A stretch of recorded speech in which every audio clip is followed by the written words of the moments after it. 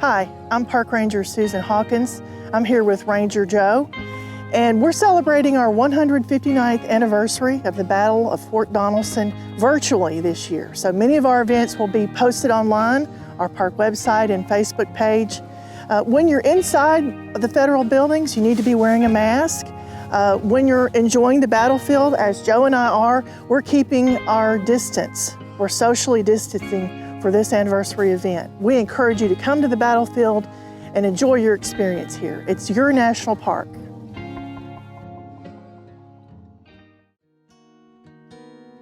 Hello, I am Joe Shakinab, retired Chief Warrant Officer 4, United States Army Special Forces. Today, I'm here at Fort Donelson at the Visitor Center to do a presentation on the U.S. colored troops during the Civil War. As we know, history tells us that Fort Donelson was captured by the Union Army in February 1862. Thus, today, my presentation will be based on that time.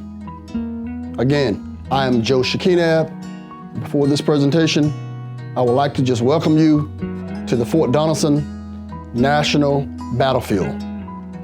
Today, I would like to introduce you to some of the arrangements that the Union as well as Confederate soldiers had during the Civil War.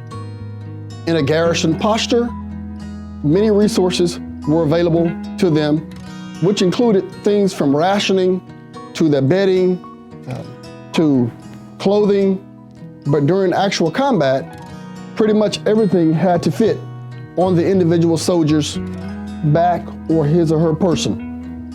As an example, rations were a very important thing. So here we have rations that were actually made out of flour, and these rations could last a long time, except when exposed to moisture. We also have a sewing kit, much like today's sewing kit used by the service members, but of course, the material's a little bit different. We have their utensils, basic utensils, spoon, fork, knife. And over here, the actual lantern in the candle was used in the base camp, but when soldiers actually went out to the field for the fight, perhaps they only took the candle itself.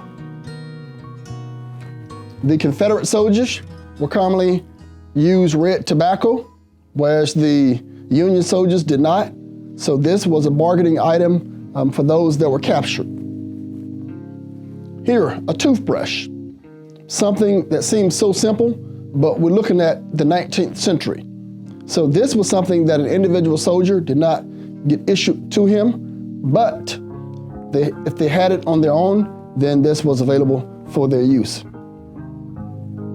You have soap, the type of soap that was used. Their smoking utensils. Now, one of the things about the Civil War, it was a very lonely place for the individual soldiers. So how they communicated, and even communicating with loved ones, was a very long process.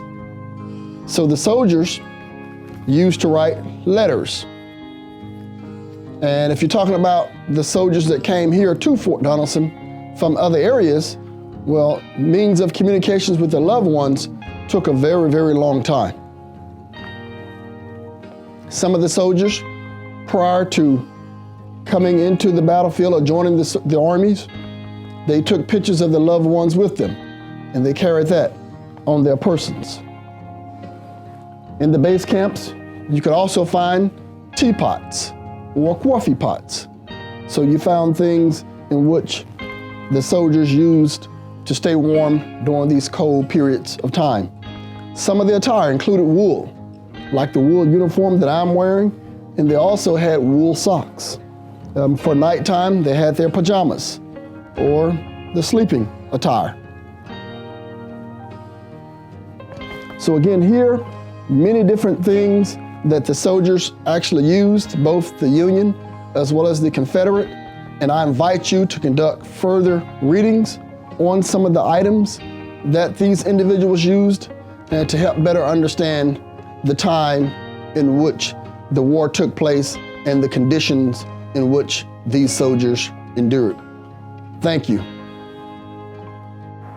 Today, our fire in 1847 Springfield muzzleloader, which was one of the primary weapons used here at Fort Donelson during the Civil War.